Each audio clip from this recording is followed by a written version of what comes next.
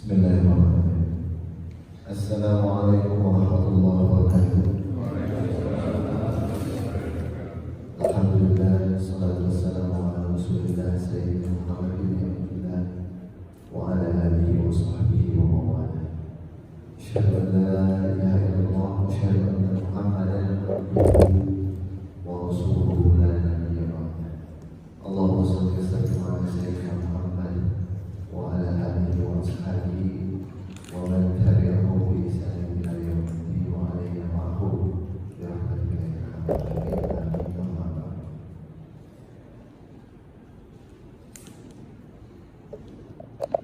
Yang pertama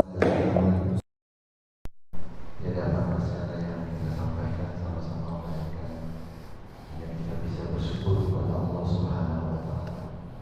Maaf sekalian alam yang masih memberikan kesempatan kepada kita, yang masih memberikan waktu iman Islam, taufik dan hidayah kepada kita semua. Sehingga kita alhamdulillah pada kesempatan yang berbahagia ini bisa bertatap muka bermulia.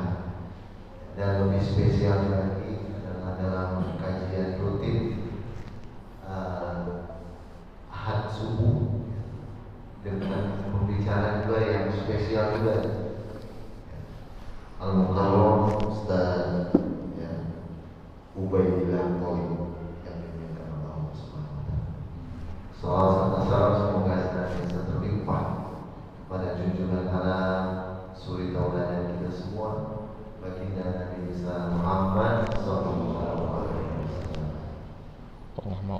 Yang kami hormati Bapak Ustaz Ubaidillah Qolim, alhamdulillah kami ucapkan jazakallahu khairan. Terima kasih. Kehadirannya Pakai laptop baru gini. menjadi salah satu narasumber rutin di kajian Ahad. Duplikat aja ya Pak. Juga yang kami hormati sekalian para jamaah Belum keluar. pengurus DKM besar. Yes. Ini dikecilin aja. Ini dihilang. Ya. Yang sangat menarik yaitu menjadi khalifah Allah dalam keluarga dan masyarakat. Suatu bahasan yang sangat penting untuk kita pahami dan dalami, karena memang kita semua adalah khalifah Allah. Kita semua adalah para pemimpin yang akan dimintai pertanggungjawaban atas apa yang kita jadi penting bagi kita untuk mengkaji ini. Insyaallah Bapak Ustaz Ubaidillah Qolim akan memaparkan lebih lanjut. Ya, mari kita sama-sama simak dan persiapkan pertanyaan nanti supaya nanti jangan kajiannya bisa lebih aktif dan untuk yang masih kurang waktu, tafadhol untuk Ya. Ubaidillah Qolim untuk menyampaikan. Terima kasih. Bismillahirrahmanirrahim. Assalamualaikum warahmatullahi wabarakatuh.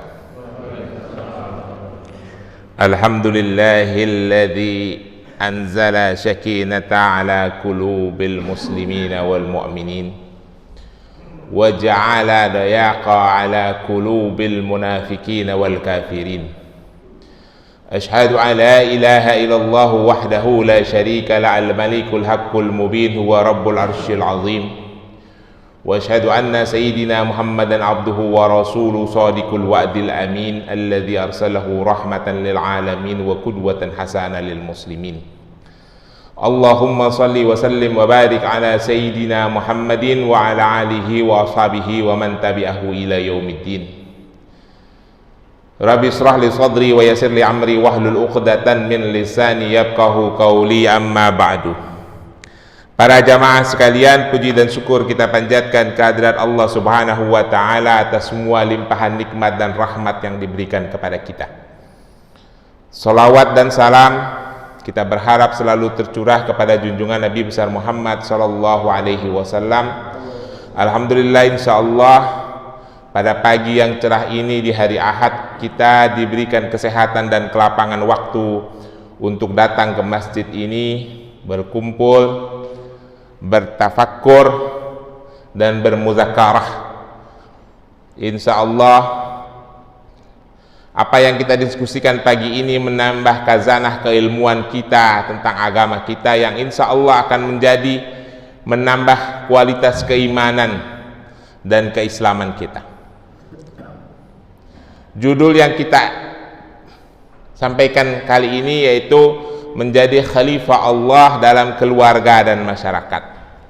Para jamaah sekalian, saya bukan mau ngajak bapak-bapak para jamaah untuk berbicara politik ya, dengan adanya kata-kata khalifah. Sekarang ini kalau udah ada dengar kata-kata khalifah, khilafah, kayaknya sudah ada yang rentan gitu, yang mendengar, ada yang resisten. Itu adalah sebuah keniscayaan. Kata khalifah itu dan turunannya, konjugasinya, tasrifnya, itu kalau bahasa ilmu nahwu, tasrifnya itu ada 127 kata dalam ayat Al-Quran. Kita tidak bisa menghindar dari itu. Dan khalifah itu adalah bagian khilafah. Khilafah itu adalah bagian dari syariat Islam. Sudah baca buku fikih Islam belum? Di bab terakhir ada bab khilafah. Di kitab fikih lain yang lengkap juga banyak. Kitab-kitab fikih klasik ada bab khilafah. Jadi itu adalah bagian syariat Islam. Sama dengan kita belajar bab hudud, bab muamalah, bab-bab lain dalam fikih, salah satunya adalah bab khilafah. Jadi tidak bisa dihindari. Cuma dalam kajian ini kita tidak mau berbicara yang bagian itu. Cuma bagian itu nanti kita senggol-senggol dikit. Ya.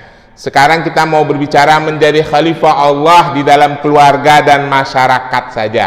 Tadi udah benar tuh disampaikan, udah selesai sebetulnya, itu udah disampaikan. Kita semua adalah khalifah, karena kewajiban menjadi khalifah itu melekat kepada semua individu muslim. Jadi jangan alergi ngomong-ngomong kata-kata khalifah itu, ya. Yang alergi nggak ngerti ilmu agama. Baik, saya ingin berkisah dulu. Suatu hari saya ceramah di Tangerang, subuh begini. Selesai kayak kita gitu, ngobrol-ngobrol.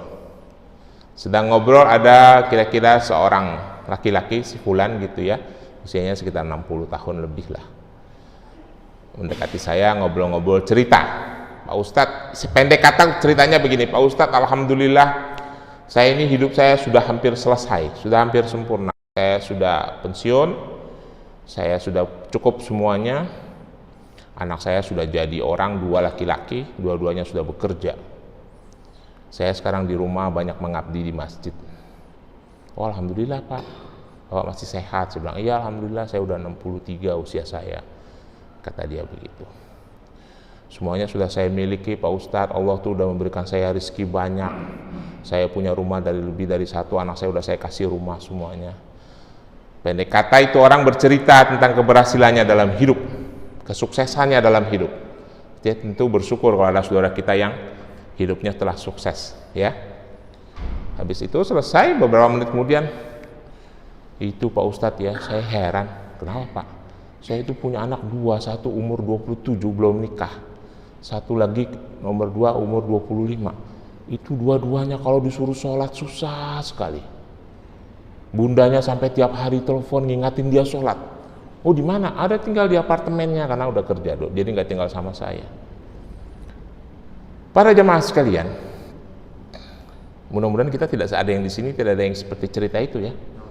Kalau ada saya mau ingatin, jangan sampai ada. Orang tadi baru saja menceritakan tentang keberhasilan hidup, pada waktu yang bersamaan dia menceritakan kegagalan hidupnya. Itu yang banyak tidak disadari sama kita sebagai orang Islam. Sesungguhnya orang itu gagal dalam hidup, tapi dia menceritakan kesuksesan. Karena parameter kesuksesan, parameter keberhasilan hidupnya itu tidak sesuai dengan syariat Islam.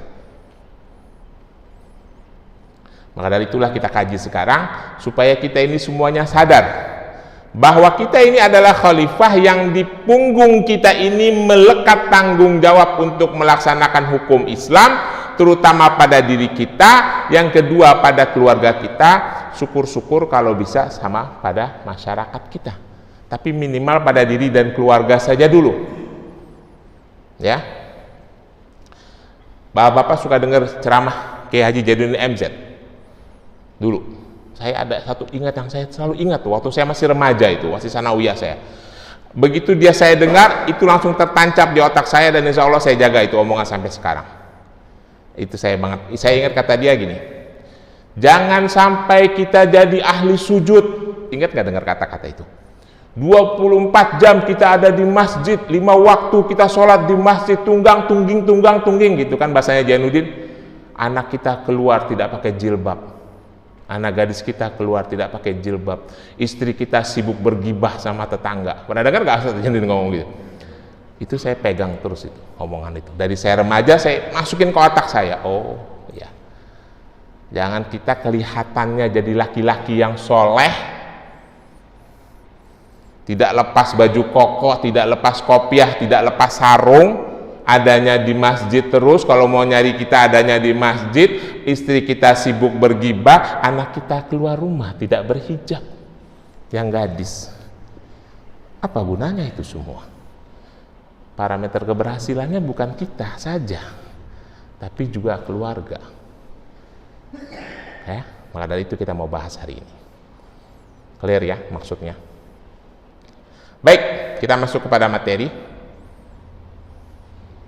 Kenapa ini tidak bisa? Tolong dibantu dong. Kenapa ya Mas? Nggak mau.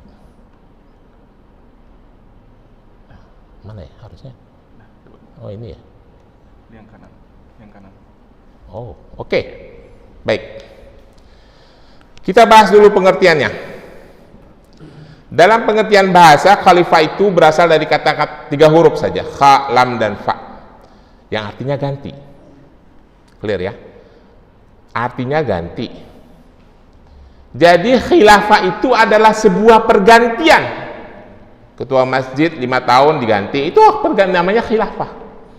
RT diganti, RW diganti, pergantian itu namanya khilafah. Jangan dianggap sesuatu yang negatif, sesuatu yang mengerikan tentang istilah itu, ya. Maka kata khalafah dapat bermakna khilafah yang berarti pergantian, dapat pula bermakna ikhtilaf yang artinya perbedaan. Dalam kita kan sering diskusi itu kalau udah bicara mazhab, ini kan masalah ikhtilaf. Itu asal katanya dari khalafah. Dapat pula bermakna istikhlafi yang berarti menjadikan pengganti. Orang sering bertanya-tanya, itu ada ormas Islam yang ingin mengganti sistem pemerintahan di Indonesia dengan sistem khilafah. Sering kan ada begitu, mendiskreditkan umat Islam. Ya sekarang ini yang dipakai itu sistem khilafah. Saudi itu yang pakai raja itu pun sistem khilafah. Asal ada yang diganti itu berarti namanya khilafah. Kecuali ada yang kagak diganti-ganti, itu bukan sistem khilafah. 5 tahun sekali diganti, 10 tahun sekali diganti, itu namanya khilafah, pergantian. Berarti kita udah pakai sistem khilafah. Udah nggak usah diribut-ributin lagi. Kecuali kalau nggak diganti-ganti seumur hidup, itu bukan sistem khilafah. Itu pun masih sistem khilafah karena kalau udah meninggal diganti. Jadi menurut istilah khalifah itu bermakna makhluk Allah yang mendapatkan amanah dari Allah sebagai pengganti, penerus generasi sebelumnya yang mengurus bumi. Buminya bukan cuma bumi ini ya, langit, udara dan sebagainya yang bermakna alam dunia ya. Dan amanah itu sudah pasti diberikan kepada manusia, bukan diberikan kepada hewan. Ada perdebatan di dalam di kalangan para mufassirin, sebelum Bani Adam itu ada Bani yang mengelola bumi. Lalu sudah selesai eranya, hancur, Allah menciptakan Adam untuk mengganti Bani itu. Ada yang mengatakan bumi ini dulu dikelola oleh bangsa jin. Lalu sudah selesai eranya, maka Allah mengganti pengelola baru. Namanya Adam. Gitu ya. Wallahu alam bisawab, itu nggak usah kita pikirin. Pastinya Allah menjadikan khalifah itu untuk menggantikan generasi sebelumnya, kira-kira begitu. Siapa generasi sebelumnya kita nggak usah pikirin itu. Berdasarkan pengertian itu, Al-Quran menjelaskan konsep khalifah dalam 2 makna. Nah ini yang penting. Makna individu sebagai makhluk pengganti atau penerus yang diamanahkan oleh Allah untuk mengurus bumi dan menjalankan hukum-hukum Allah. Yang jadi catatan itu menjalankan hukum Allah ya bapak-bapak, bukan cuma sekedar ngurus, bukan cuma sekedar menjalani hidup. Makna kedua adalah makna kekuasaan. Nah, ini yang kekuasaan. Ini juga ada di dalam Islam. Sebagai penguasa di bumi yang wajib menjalankan hukum-hukum Allah. Tetapi kita tidak berfokus pada makna yang kedua. Kita pada yang pertama saja. Baik. Khalifah dalam makna bahasa sebagai individu pengganti penerima amanah Allah untuk mengurus bumi. Dalam buminya maksudnya dalam makna dunia. Allah tegaskan dalam surah Al-Baqarah ayat 30. Wa idh khala rabbuka lil malaikati inni ja'ilun fil ardi khalifah. Malaikatnya nanya, qalu ataj'alu fiha ma yufsidu fiha wa yusfiqu dima'a wa nahnu nusabbihu bihamdika wa nuqaddisu lak. Qala inni a'lamu ma la ta'lamu. Jadi Allah itu berkata kepada Rasulullah, Muhammad, kamu ingat ketika Tuhanmu berkata kepada para malaikat, sesungguhnya aku. Bapak catat ya, lihat deh. Nih, hurufnya ini. Allah menggunakan domir ana, sendiri. Ja'ilun, ingin menjadikan di bumi itu adalah khalifah. Kalau Allah menggunakan domir mufrad, ana sendiri, maka proses pembentukan khalifah, menjadikan khalifah itu tidak melibatkan hal-hal yang lain kecuali Allah sendiri yang menjadikan. Ngerti ya? Paham ya? Karena Allah menyebutnya ini. Lalu para malaikat bertanya, ya Allah, kok mau yang kayak begitu lagi? Mereka kan biasa membuat kerusakan dan menumpahkan darah. Kan sudah cukup kami ini bertasbih kepadamu dan memujimu serta mensucikan namamu. Maka Allah berkata kepada malaikat, aku lebih tahu urusan yang engkau tidak ketahui. Ya.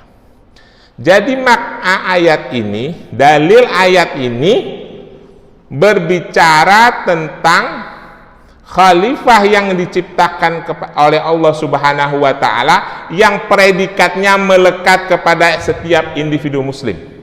Ya, berarti kita semua laki-laki yang ada di tempat ini semuanya adalah khalifah. Ini menurut konsep surah Al-Baqarah ayat 30. Clear ya? Berarti kita mempunyai tanggung jawab untuk mengurus bumi, Pak. Menjalankan hukum-hukum Allah. Jadi tanggung jawab khalifah itu melekat pada diri kita, minimal untuk diri dan keluarga saja dulu. Syukur-syukur bisa untuk yang lain. Kalau Pak RT, Pak RW sekaligus ngurus warganya. Nah, ini dalil berikutnya. Wazkuru idza ja'alakum khulafa'i min ba'di 'ad wa bawa'akum fil ardi tatakhiduna min suhuliha fasura wa tanhitunal jibala buyuta fazkuru 'alallahi wa la ta'saw fil ardi mufsidin. Ini juga pengganti maknanya. Dan ingatlah ketika dia menjadikan kamu khalifah-khalifah kaum Ad dan mendekatkan kamu di bumi di tempat yang datar, kamu dirikan istana dan bukit-bukit. Jadi ini adalah dalil yang menceritakan tentang kaum Samud yang dijadikan oleh Allah sebagai kaum pengganti kaum Ad. Jadi makna khalifah ini adalah pengganti kaum sebelumnya. Kaum Samud menggantikan kaum Ad. Makanya artinya khulafa, pengganti. Clear ya? Jelas? Jadi inilah dalilnya. Nah, sekarang ada juga khalifah dalam makna kekuasaan, pemerintahan yang Islam, imarah Islam, seperti Taliban, itu imarah Islam, itu juga sah, ada dalilnya, dan itu adalah bagian dari syariat Islam. Jadi jangan alergi, Pak.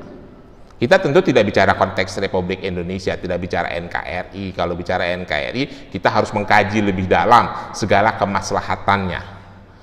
Kalau saya sendiri ditanya nih, saya secara pribadi nih, Bapak setuju tidak Indonesia jadi negara Islam? Kalau saya tidak setuju. Dari dulu saya tidak setuju. Gak usah repot-repot Pak mendirikan negara Islam di Indonesia, gak usah. Pusing-pusing amat.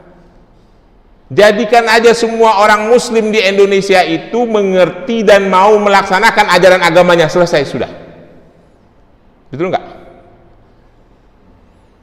Di negeri ini sampai kiamat kayaknya tidak akan berdiri negara Islam.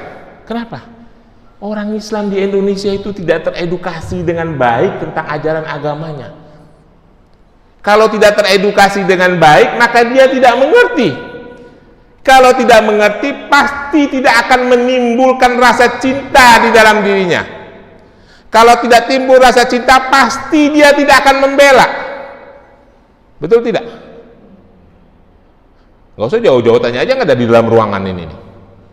Bapak setuju mendirikan negara Islam di Indonesia? Saya kira banyak yang tidak setuju, termasuk saya juga tidak setuju. Tidak perlu. Kalau individu-individu muslim dari orang bawah sampai orang atas tahu tentang ajaran agamanya, timbul rasa cinta, pasti dia mau menjalankan. Ini saya kasih contoh simpel. Kabinet Jokowi yang pertama, kan ada Menteri Rahmat Gobel. Ingat ya? Sebelum di reshuffle yang bareng sama Anies. Apa menteri yang apa kabinet yang kedua itu ya, saya lupa. Dia membuat aturan di warung-warung retail tidak boleh jual minuman keras. Betul? Habis itu dibuang. Itu contoh. Kalau semua muslim menjalankan ajaran agamanya, secara otomatis dia akan membuat kebijakan seperti itu. Dari mulai RT, RW, lurah juga bisa begitu bikin. Nggak boleh ada klub, nggak boleh ada night club, nggak boleh ada minum-minuman keras di wilayah gua, bisa, sah kok itu. Nggak boleh ada prostitusi yang banyak di pinggir jalan tuh, dekat Victor. Sah, wali kota bisa kok buat aturan begitu, nggak usah jauh mendirikan negara Islam. Yang penting orangnya itu teredukasi dengan baik. Nah ini tidak. Maka dari itu, apabila ada kelompok orang Islam di Indonesia ini yang menawarkan konsep-konsep pemikiran-pemikiran tentang negara Islam, pasti berdebatnya dengan orang Islam juga. Ya karena memang tidak suka sebagian orang Islam di Indonesia itu. Jangan di kita, Afghanistan dan Pakistan itu Pak, saya pernah ke Pakistan, itu pendidikan agamanya lebih baik daripada Indonesia. Kenapa? Saya berapa kali pernah menyampaikan, rumah itu adalah pesantren. Setiap anak belajar kepada ayahnya. Santri itu berguru pada ustadz itu adalah ayahnya. Pagi mereka tadarus dulu. Ibu itu pasti mengerti ilmu agama. Demikian pula Afghanistan. Tapi banyak juga kan yang menentang, tidak mau mendirikan negara Islam. Yang sempurna, saya lihat kota yang sempurna saat ini adalah Tahrim, Yaman. Kalau itu sempurna, walaupun Yamannya bukan negara Islam, tapi kota Tahrimnya itu sempurna. Anak kecil, ibu-ibu, bapak-bapak, semua ilmu agamanya tinggi. Jadi bapak kalau pergi ke kota Tahrim itu nggak ketemu perempuan di pasar. Nggak ketemu orang perempuan nyapu di jalan depan rumah, nggak ketemu orang perempuan ngejemur pakaian nggak pakai hijab, karena orang perempuan semuanya di dalam rumah. Ada orang perempuan sekolah tetap, semua dikerjakan oleh laki-laki, karena syariat Islam dijalankan dengan benar. Ya, baik, ini adalah ayat dalil yang berhubungan dengan kekuasaan. Allah bilang begini, perhatikan baik-baik ya. Tadi kan ini, sekarang ini. Ya Daud, Allah lagi ngomong sama si Daud, Nabi Daud. Inna ja'alnaka khalifata fil ardh fahkum bainan nas bil haqq wa la yatabbil hawa fayudilluka an sabilillah. Ya Daud, inna sesungguhnya kami, tidak pakai ini. ingin menjadikanmu sebagai penguasa. Nah, ini khalifah ini baru penguasa. Fil ardi fahkum bainan nas bil haq wa la tatabbi'ul hawa fayudillaka an sabilillah innal ladzina yudilluna an sabilillahi lahum adzabun syadid bima tasu yaumal hisab. Wahai Daud, sesungguhnya engkau kami akan menjadikan dirimu Daud khalifah, penguasa di bumi, maka berilah keputusan di antara manusia dengan adil, dan janganlah engkau mengikuti hawa nafsu, karena itu akan menyesatkanmu dari jalan Allah. Nah, kalau ayat yang berhubungan dengan dalil khalifah sebagai penguasa, Allah pasti pakai domir nahnu inna, satu tandanya. Yang kedua, pasti Allah akan ikuti dengan tuntutan tanggung jawab kolektif. Perhatikan ayat ini, berbeda dengan dari surah Al-Baqarah ayat 30. Fahkum bainan nas bil haq. Bapak ngerti maknanya ini? Ngerti nggak maknanya apa? Di sini ada teman-teman mantan HTI apa tidak? Saya mau tanya, ngerti gak maknanya? Nggak apa-apa dengar kata-kata HTI itu, jangan alergi, itu ormas biasa saja itu, nggak usah risau-risau dengar yang begituan. Tahkum bainan nas. Kalau Allah mau menjadikan khalifah itu yang maknanya penguasa, maka Allah akan bebankan kepadanya aturan yang mewajibkan dia melaksanakan hukum. Tadi di surah Al-Baqarah tidak ada kata-kata tahkum kan? Karena itu maknanya individu. Fahkum bainan nas bil haq. Itu makna yang pertama. Makna yang kedua. Makna yang kedua apa, Pak? Perhatikan ayat ini baik-baik. Artinya hukum Islam itu bisa diterapkan di muka bumi dengan jalan kekuasaan. Maka kalau Allah ingin mendirikan sebuah imarah Islam, melekat padanya si khalifah itu untuk melaksanakan hukum-hukum Allah. Dan hukum Allah bisa dengan mudah dijalankan apabila imarah Islam telah berdiri dengan kekuasaan. Jelas ya? Itu kira-kira. Saya pernah melihat diskusi ketika HTI mau dibubarin. Ini saya bukan bicara yang radikal-radikal ya, bicara yang biasa-biasa saja ini. Nggak usah dengarnya, nggak usah agak-agak bingung, agak-agak takut. Bicara permasalahan di dalam umat Islam. Waktu itu di stasiun TV swasta, saya tidak tahu apa, ada diskusi juru bicara HTI sama juru bicara MUI. Dua-duanya saya tidak kenal. Lalu si ulama MUI itu bertanya kepada juru bicara HTI, kalau Anda ingin mendirikan negara Islam, dirikannya di mana? Kan negara ini sudah berdiri, gitulah. Terus dalilnya apa? Sayangnya si juru bicara HTI itu tidak mengeluarkan ayat ini. Yang dia pakai dalil surah Al-Baqarah ayat 30 itu kagak nyambung. Ada dalilnya apa? Surah Al-Baqarah ayat 30. Kata si juru bicara MUI, "Oh, bukan itu bukan tentang kekuasaan," gitu. Saya berpikir, aduh, kenapa teman-teman HTI itu tidak mempersiapkan juru bicara yang kuat, yang ahli tafsir, kalau bisa ulama pesantren, yang ahli baca kitab, yang ahli baksul masail. Yang dilawan juru bicara MUI, ulama pesantren yang udah biasa baksul masail, menguasai tafsir, menguasai nahwu shorof, kalah. Saya perhatikan ormas-ormas Islam itu yang punya konsep-konsep yang bagus, tapi nggak menguasai secara detail dalil-dalil Al-Quran. Jadi kalau udah berdebat sama kiai pesantren yang sarungan, udah pasti kalah. Kiai pesantren itu biasa baksul masail, Pak, bahas masalah-masalah. Wah, salah ini, keliru, saya bilang. Ya memang tetap dibubarin sih, ya orang pemerintahnya alergi dengan yang begitu-begitu. Tapi nggak apa-apa lah, sudah, itu masa lalu ya. Jadi saya mau mengulangi, inilah dalil tentang khalifah yang berhubungan dengan kekuasaan. Surah As-Sad ayat 26 dan surah An-Nur ayat 55. Ya, ini surat An-Nur. Nah, dalam surah An-Nur ayat 55 ini yang saya bilang tadi, Pak, Wa'adallaha alladhina amanu minkum wa amilu shalihat liyastakhlifanahum fil ardi kama stakhlafal ladzina min qablihim. Nah, sampai situ aja kita sudah cukup paham. Allah menjanjikan kepada orang-orang yang beriman dan beramal soleh untuk menjadi pengganti penguasa di muka bumi seperti penguasa-penguasa sebelum mereka. Jadi syaratnya apa, Pak? Syaratnya apa? Beriman dan beramal soleh.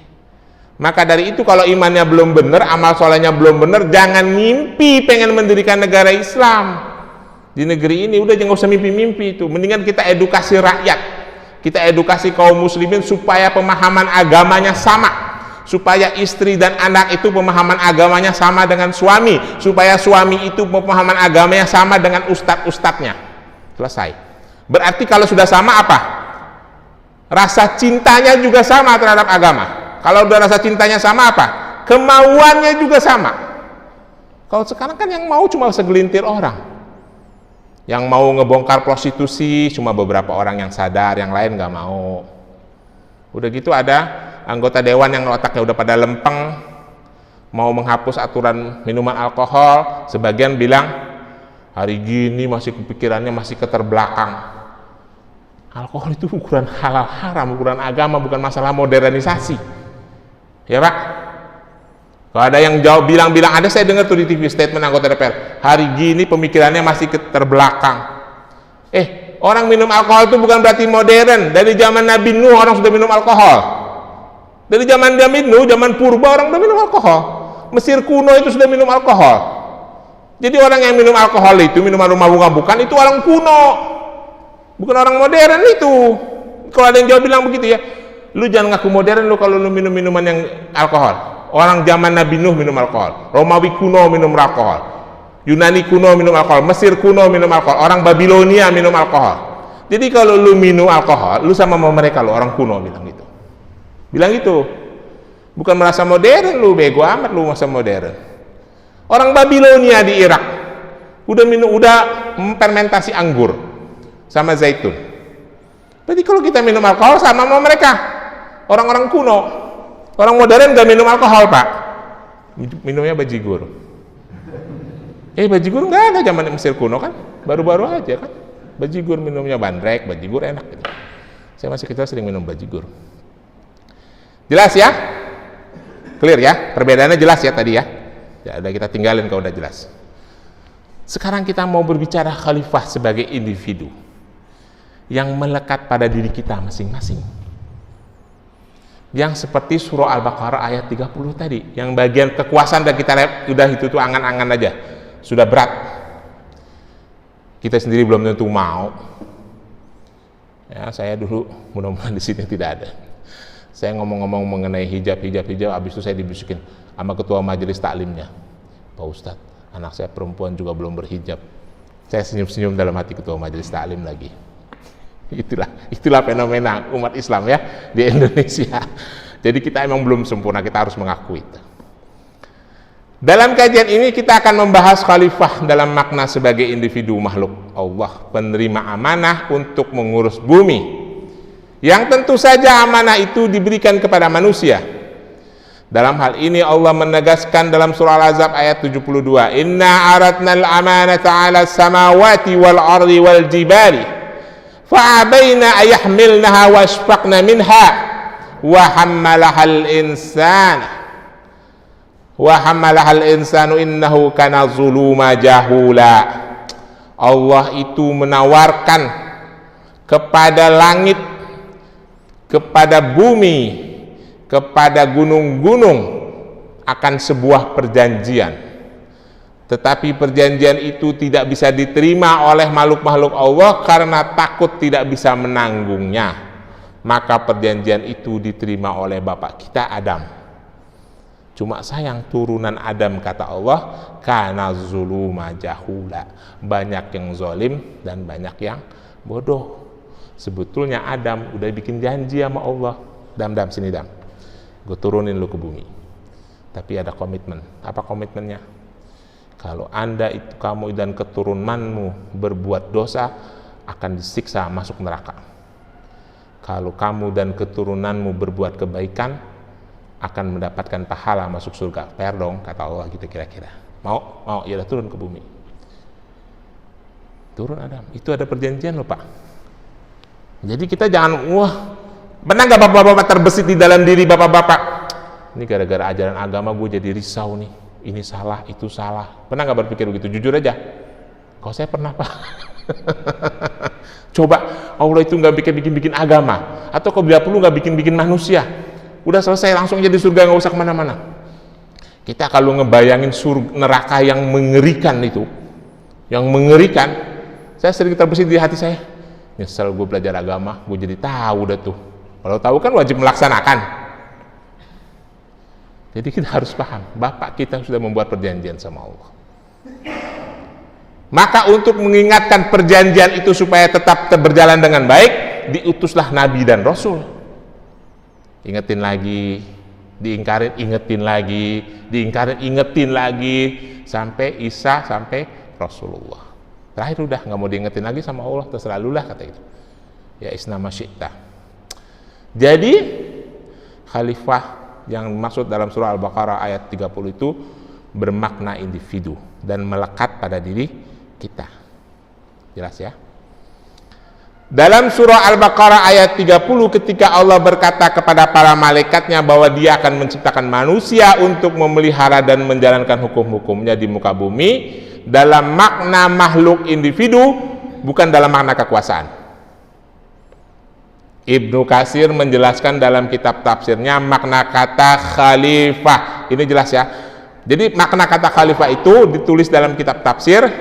Tafsirnya ada di rumah. Kalau baca ini murni saya ambil dari kitab tafsir aslinya nih tulisan.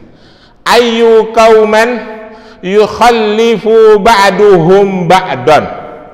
Qarnan ba'da qarnin wajilan ba'da jillin kama qala ta'ala fi suratil an'am ayat 165. Jadi gini, yang dimaksud dengan khalifah kata Ibnu Katsir, Ibnu Katsir dalam kitab tafsirnya, yaitu satu kaum yang menggantikan kaum sebelumnya, ba'duhum ba'dan, qarnan ba'da qarnin, satu masa setelah masa lainnya, ya, jillan ba'da jilin, satu generasi setelah generasi sebelumnya, kira-kira begitu. Seperti perkataan Allah dalam surah Al-An'am ayat 165. Jadi jelas ya, khalifah dalam surah Al-Baqarah ayat 30 itu bukan makna kekuasaan. Dan khalifah itu dalam ajaran Islam bukan semata-mata berbicara tentang kekuasaan, tapi juga berbicara tentang individu. Clear? Maka dengan pengertian demikian, setiap individu adalah khalifah. Setiap kita adalah khalifah. Dalam makna pemikul amanah Allah untuk menjaga bumi, menjalankan hukum-hukum Allah di muka bumi. Saya tuh suka sama Pak Nana, dia menjaga bumi dia. Ngurusin pinggir sungai, tapi bagian yang itunya aja dulu. Tapi kan itu udah lebih baik ya. Dulu nanam pohon jati, nanam pohon nangka, sekarang bikin taman saya lihat. Itu namanya menjaga bumi. Betul itu betul. Karena Rasulullah pernah dalam sebuah hadis mengatakan, tanamlah pohon walaupun besok akan kiamat. Saya paling demen nanam pohon Pak. Dan saya paling tidak suka ada orang nebang pohon. Terus terang aja. Kecuali kalau terpaksa mengganggu ya. Bener Pak, saya tuh dari dulu paling tidak suka sama orang nebang pohon, karena orang tua saya kebunnya lebar dulu. Bapak tahu tidak orang nebang pohon itu tanaman hijau? Itu menghilangkan potensi oksigen loh, yang harus kita hirup. Kan oksigen itu harganya mahal Pak. Ingat aja waktu COVID kemarin, susahnya minta ampun nyari oksigen. Ya, saya paling tidak suka orang nebang pohon ditebang, oksigen hilang. Dalam kajian ini kita akan mempersempit tugas dan fungsi khalifah dalam makna individu. Dalam keluarga dan masyarakat yang sebenarnya lebih penting. Ini lebih penting Pak sebelumnya. Jadi kita jangan ngomong-ngomong khalifah dalam makna kekuasaan, dan itu mah jauh, nggak usah kita pikirin dulu. Kita pikirin aja dulu tugas kita sebagai khalifah di rumah. Ya, ini lebih penting. Baik. Telah kita bahas bahwa makna khalifah sebagai wakil Allah dalam menjalankan hukum-hukumnya yang melekat pada individu setiap mukmin, Lalu apa yang menjadi acuan kita dalam melaksanakan fungsi kita sebagai khalifah? Ini ada ayat yang sudah populer. Semua bapak udah pasti dengar, nggak mungkin nggak. Kalau nggak dengar berarti aneh. Allah ngomong begini, ya ayyuhalladzina amanu qu anfusakum wa ahlikum nara wa qudduhan nasu wal hijara 'alaiha malaikatu ghilazun sidadun la ya'sunallaha ma amarahum wa yaf'aluna ma yu'marun. Semuanya udah pernah dengar dong ayat ini? Udah pernah dengar kan?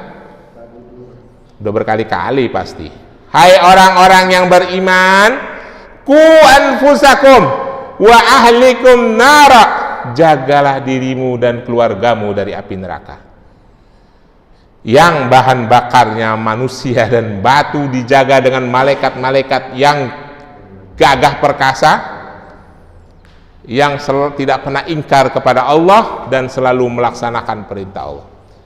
Bapak-bapak sekalian, tancapkan ayat ini di otak kita, di benak kita, terutama kita yang udah pada tua-tua ini, yang sudah sebentar lagi meninggalkan dunia. Tugas kita adalah menjaga diri dan keluarga dari api neraka yang mengerikan. Tanamkan baik-baik ya. Saya kalau udah berbicara ini, saya suka agak-agak emosional dan agak-agak gimana gitu, sedih. Betapa beratnya tanggung jawab seorang ayah dan seorang suami. Seharusnya ini didengar oleh para istri dan anak-anak kita gitu. Jadi minimal kita pulang sediain teh, sediain kopi gitu ya, karena tanggung jawab kita berat. Belum lagi nyari duit ke kantor, diomel-omelin bos, kecuali yang udah pensiun ya. Jadi acuan utamanya sebagai khalifah dalam makna individu surah At-Tahrim ayat 6. Ya ayyuhalladzina amanu qu anfusakum wa ahlikum nara. Clear ya? Nah, ini penjelasannya. Ini penjelasannya penting. Ini juga di dalam kitab tafsir Ibnu Katsir menukil dari hadis yang diriwayatkan oleh Abdullah bin Umar. Apa penjelasan makna qu anfusakum wa ahlikum nara? Qu anfusakum wa ahlikum nara. Ibnu Katsir ngomong begini. Ini hadis, bukan penjelasan dia, ini hadis yang dinukil. I'malu bi ta'atillah. Kerjakanlah segala sesuatu dengan taat kepada Allah. Wattaqu, dan takutlah ma'asillah bila kita bermaksiat kepada Allah. Itu namanya qu anfusakum wa ahlikum nara. Qu anfusakum. Ya. Wa'maru ahlikum bi zikrillah. Perintahkanlah keluargamu, ahlikum, bi zikrillah, agar mereka semua mengingat Allah. Nanti pulang ke rumah kasih nasihati istri, nasihati anak ya Pak. Yanjikumullahu minan nar. Yanji ini artinya bertahan. Jadi posisikanlah dirimu selalu bersama Allah dan menjauh dari neraka, kira-kira begitu. Nah, ini yang terpenting. Wa tas'adu ahlikum bittaqwallah. Ini bahasa kasih sayang.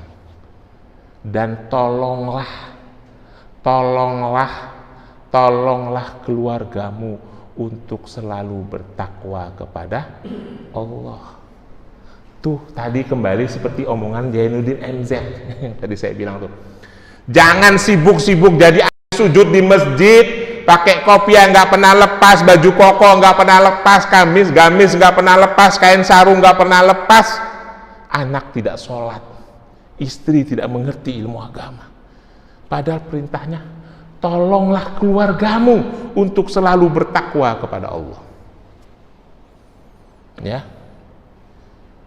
Sekarang ini memang sering fenomena begitu. Wah, baca Al-Quran di masjid berjam-jam, di rumah tidak baca Al-Quran. Di rumah kita ngaji ya Pak ya. Pastikan kita baca Al-Quran di rumah. Jangan cuma di Masjid Ibnu Sabil saja. Sebab Rasulullah bilang begini dalam sebuah hadis, aktsaru min tilawatil Qur'an fi buyutikum fa innal baiti alladzi la yaqra'ul Qur'ana ayyakul khairihi wa yaksaru syarrihi wa yaddikil ala ahlihi. Perbanyaklah membaca Al-Quran di rumahmu, bukan di masjid sekedarnya aja untuk menggaungkan syiar, tapi lebih banyak di rumah.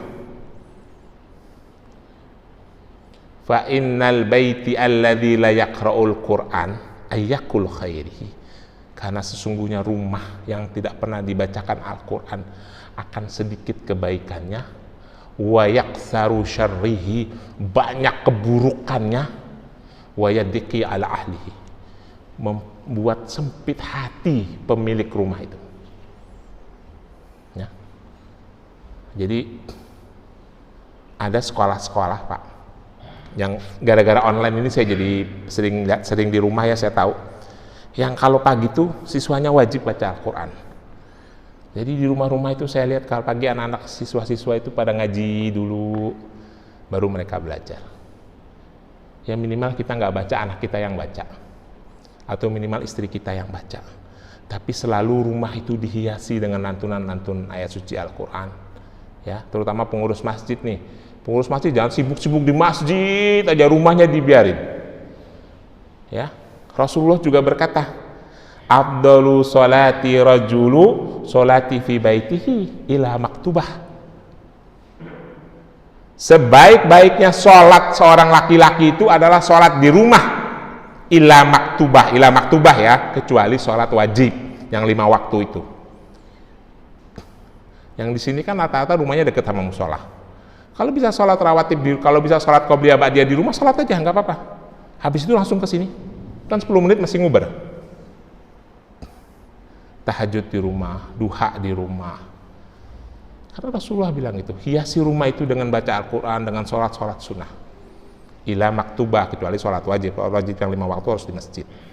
Jelas ya? Nah, berkenaan dengan ayat tadi, Rasulullah menyampaikan sebuah hadis, kulukum ra'in famas'ulun an ra'iyati fal amiru alladhi 'alan nasi ra'in wa huwa mas'ulun anhum. Nah, ini yang nomor 2 yang penting. Wa rajula ra'in 'ala ahli baitihi wa huwa mas'ulun anhum. Setiap kalian adalah pemimpin dan setiap pemimpin akan dimintakan pertanggungjawaban. Seorang raja, seorang presiden, seorang amir akan dimintakan pertanggungjawaban atas rakyatnya. Dan seorang laki-laki adalah pemimpin di rumah tangganya dan dia akan dimintakan pertanggungjawaban atas kepemimpinannya. Jadi pastikan keluarga kita paham ilmu agama dan melaksanakan ilmu agama. Tolonglah mereka agar tetap bertakwa kepada Allah. Kalau kita cinta sama mereka, kecuali kalau nggak cinta, cari lagi bolehlah. Jelas ya? Seorang wanita juga pemimpin terhadap anak-anaknya, kata hadis ini. Bahkan seorang hamba sahaya juga pemimpin terhadap harta tuannya yang dititipkan kepadanya. Semuanya akan dimintakan pertanggungjawaban. Jadi itulah hikmah makna khalifah yang melekat pada diri kita, dan seharusnya kita menyadari hal ini. Maka apabila semua orang Islam itu ilmu agamanya sama, pemahamannya sama, keinginan untuk melaksanakannya juga sama, rasa cintanya sama, ketika ada orang yang mencetuskan, ayo kita mendirikan imarah Islam, semuanya insya Allah mendukung. Kalau yang paham cuma sebagian, mana mau didukung? Tidak kenal maka tidak cinta. Begitu kan? Nah, tanggung jawab berikutnya adalah, itu tadi kan bicaranya mengenai akidah, mengenai iman. Allah Subhanahu wa ta'ala bukan saja mewajibkan seorang suami atau ayah yang melekat pada fungsi khalifah untuk memastikan anak istrinya menjadi hamba Allah yang taat, tetapi juga memastikan anak-anaknya cukup perbekalan ilmu pengetahuan dan materi. Ini penting ya Pak. Jangan sampai kita meninggalkan anak keturunan kita jadi orang susah. Karena Rasulullah mengatakan kadal fakru ayyakuna kufran. Kemiskinan itu boleh jadi menyebabkan orang menjadi kafir. Jadi jangan tinggalkan anak kita dalam keadaan susah. Minimal bekali mereka dengan ilmu pengetahuan yang cukup. Kalau kita tidak bisa beliin mereka rumah, siapin harta, tapi ilmu pengetahuan yang cukup, supaya mereka tidak dalam keadaan susah. Allah mengatakan dalam surah An-Nisa ayat 9, wal yakhsal ladzina law taraku min khalfihim dzurriyyatan di'afa khafu 'alaihim falyattaqullaha wal yaqulu qawlan sadida. Hendaklah kamu khawatir, kamu takut kalau kamu meninggalkan anak turunmu, anak-anakmu dalam keadaan lemah ilmu pengetahuan, lemah harta. Ya. minimal ilmu pengetahuan kita cukupkan mereka. Tentu ilmu pengetahuan itu relatif bapak-bapak sekalian. Bukan saya harus bilang, Pak anaknya harus sarjana sekolah di sekolah bagus, enggak juga. Ya relatif saja sesuai dengan situasinya. Clear ya Pak? Nah, terus kenapa kok dari tadi Pak Ustadz itu ngomongnya laki-laki mulu, tanggung jawabnya, perasaan berat banget. Ngedidik ilmu agama juga, nyari duit juga, memastikan mereka jadi hamba Allah yang taat juga. Kenapa nggak dibebankan kepada perempuan? Itu sudah kodratnya, jangan ditentang, sebab Allah bilang begini dalam surah An-Nisa ayat 34, Ar-rijalu qawwamuna 'alan nisa, laki-laki itu adalah qawwamuna, pengayom, pelindung, pengayom ya Pak, bukan penguasa, pengayom, pelindung, maka dari itu lembut-lembutlah kepada wanita. Pengayom, pelindung, alan nisa. Kenapa bisa begitu? Allah bilang bima fadlallahu ba'duhum ala ba'din, karena Allah lebihkan laki-laki dari perempuan. Otaknya dibuat lebih pintar, emosinya lebih terjaga, psikologinya lebih stabil. Jadi Allah itu membebani tanggung jawab juga dilengkapi dengan perangkat, karena memang kita udah dilebihkan dari wanita. Jadi tanggung jawabnya melekat pada kita. Rasulullah pernah bilang dalam sebuah hadis begini, istausu bin nisa fa innal mar'ata khuliqat min dil'in wa inna a'waja syai'in fi dil'in a'lahu idza dhahabat tukimuhu kasratahu. Berwasiatlah kalian dengan wanita, berhati-hatilah kalian dengan para wanita, istri-istrimu. Kenapa? Innal mar'ata khuliqat min dil'in, karena wanita itu diciptakan dari tulang rusuk, dan tulang rusuknya yang paling bengkok, a'waja, a'luhu bagian bawah, bagian pangkal. Kata Rasulullah, idza dhahabat tukimuhu, apabila kalian coba-coba ngelurusin, kasratahu, dia pasti akan patah. Jadi berhati-hatilah. Jadi berlembut-lembutlah kita dengan wanita. Makanya saya itu kalau sama wanita lembut Pak kalau bicara itu. Kalau habis ceramah tuh kalau ada jamaah perempuan lembut saya ngomong. Makanya banyak yang ngajakin nikah lagi. Ya karena lembut-lembut itu, ya.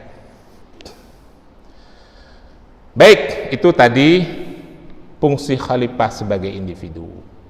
Sekarang khalifah sebagai, kita pun menjalankan fungsi khalifah di tengah masyarakat. Gimana nih Pak Ustadz? Pedomannya banyak Pak. Pedomannya di dalam Al-Quran itu banyak. Bagaimana kita sebagai seorang muslim mengambil tanggung jawab aktif di tengah-tengah masyarakat. Seharusnya begitu ya Pak. Saya itu waktu di rumah sakit ngelihat video Pak. Video siaran bola. Siaran bola itu menceritakan tentang perilaku pemain-pemain bola Liga Inggris yang agamanya Islam. Banyak yang mengikuti masuk Islam. Bapak tahu karena apa? Karena perilaku mereka yang terpuji. Jadi si Muhammad Salah, Pogba, yang muslim-muslim tuh mereka perilakunya terpuji semua. Sehingga banyak orang Inggris mengikuti agama Islam.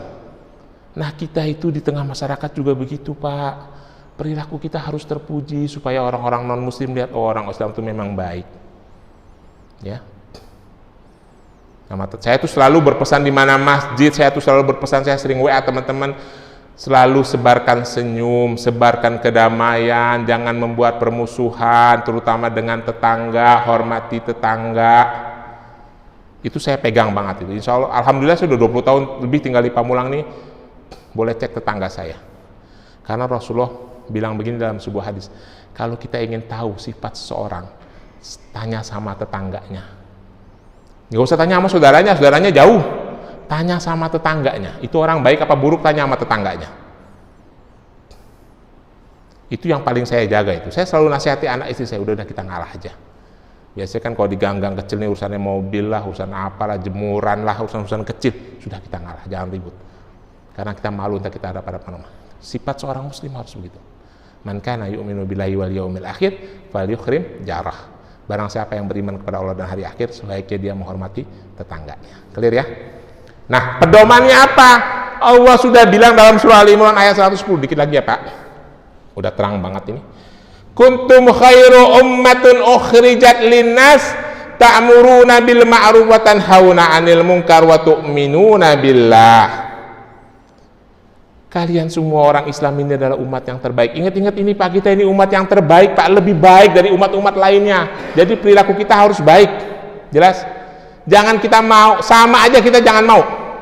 Perilaku kita sama baiknya sama umat yang lain, jangan mau. Kita harus lebih baik dari mereka dalam segala hal. Karena yang bilang kita baik itu bukan kita, Allah yang bilang. Kuntum khairu ummatin ukhrijat linnas ta'muruna bil ma'ruf wa tanhauna 'anil munkar wa tu'minuna billah. Syaratnya harus memerintahkan yang baik, mencegah dari yang mungkar. Kalau ada tetangga berantem jangan dikompor-komporin ya Pak. Harus didamaikan. Si anu begini, udah nggak usah diribut-ributin, damai-damain aja. Hidup kita ini udah pada tua, bermusuhan sama tetangga, apalagi sesama muslim, gak ada bagus-bagusnya. Tu'minuna billah, beriman kepada Allah, itu pedomannya. Clear ya? Kalau kita menjadi khalifah di masyarakat umum. Nah, kita masuk pada kesimpulan.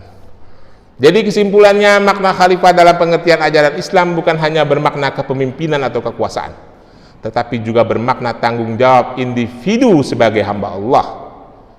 Menjadi seorang mukmin yang benar adalah menyadari bahwa kita memikul tanggung jawab sebagai wakil Allah dalam menjalankan hukum-hukumnya di muka bumi. Yang gampang-gampang aja dulu, nggak usah berpikir yang berat-berat. Menyebarkan kebaikan menurut hukum Islam di dalam keluarga yang utama dan di tengah-tengah masyarakat sebagai tanggung jawab syiar Islam. Ya. Saya kira itu, lebih kurangnya mohon maaf. Wassalamualaikum warahmatullahi wabarakatuh.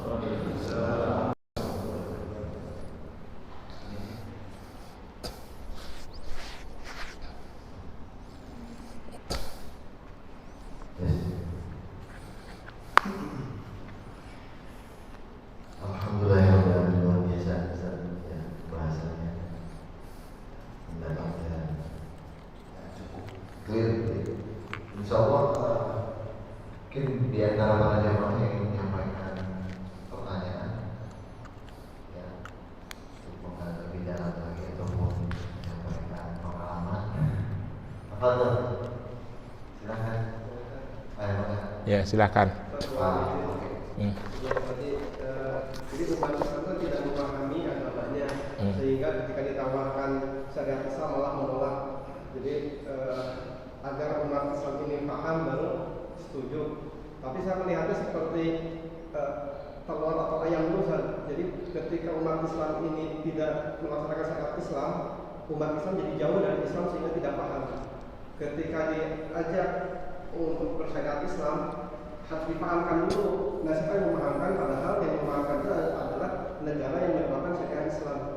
Jadi mana yang sebenarnya terjadi siklusnya? Apakah negara ini tegak kemudian mendakwakan Islam sehingga umatnya setuju dengan Islam, atau saat ini seperti ini kan kita sulit gerakan-gerakan yang bertentangan dengan syariat malah lebih kuat organisasinya dibanding dengan kita yang mendakwakan Islam yang kurang terorganisir. Baik, sekarang pertanyaannya, mari kita lihat sejarah. Rasulullah itu ketika ingin mendirikan imarah Islam di kota Madinah, berawal dari atas apa dari bawah?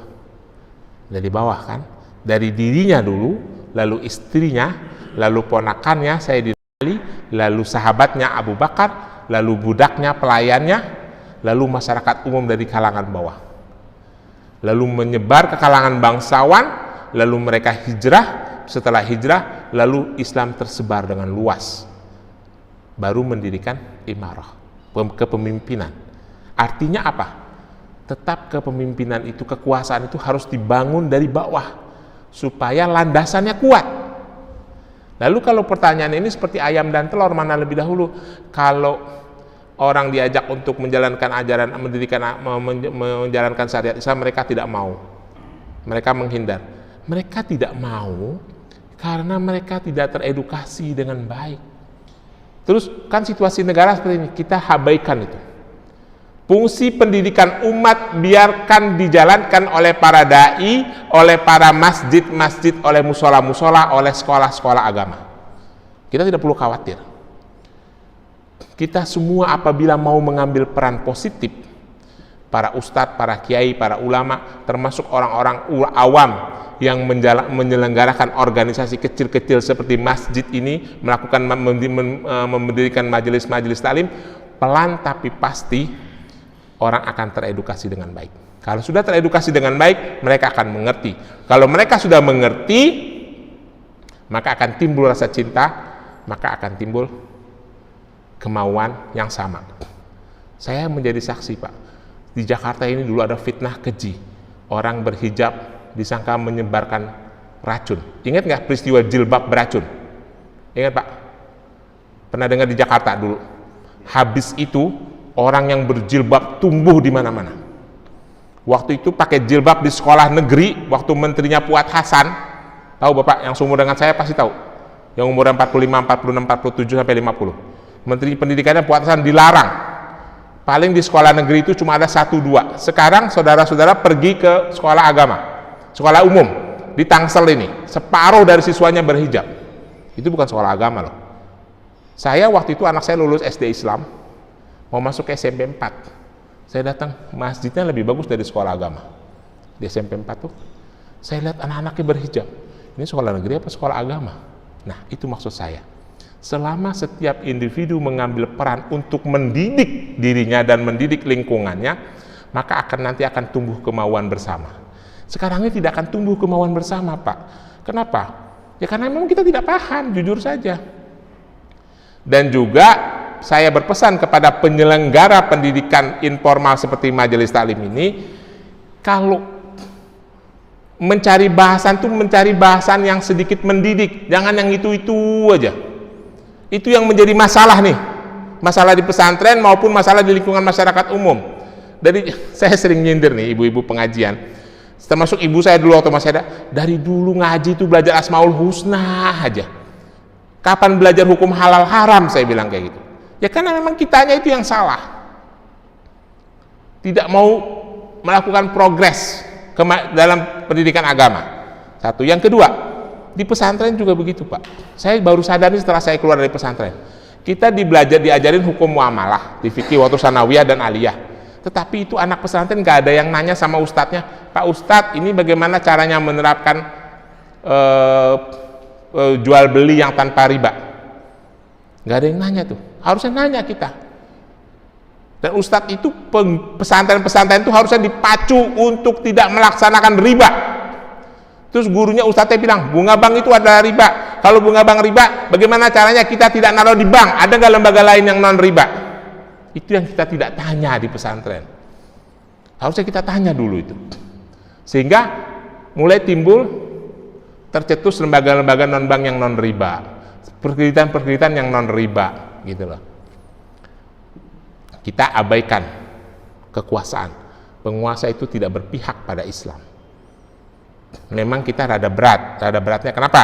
Karena banyak orang Islam yang menjadi munafik karena terpengaruh dengan kekuasaan. Tapi itu biarkan saja, itulah dinamika perjuangan. Selama masih ada perjuangan itu masih bagus. Kenapa? Pahala masih mengalir. Edukasi terus rakyat, edukasi terus masyarakat supaya mereka timbul rasa cinta terhadap agamanya, mau melaksanakan ajaran agamanya. Dan saya tidak pernah khawatir itu. Kenapa saya tidak pernah khawatir? Saya sudah melihat fenomena itu. Orang yang bernikah, bagaimana dicercanya kan di media sosial. Tapi apakah yang bernikah kurang? Enggak, para artis malah banyak yang bernikah sekarang. Ini kita nggak usah khawatir. Clear ya? Makasih.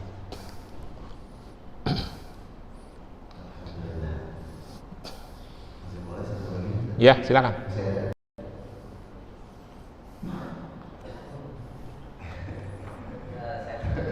Ya. Waalaikumsalam warahmatullahi wabarakatuh.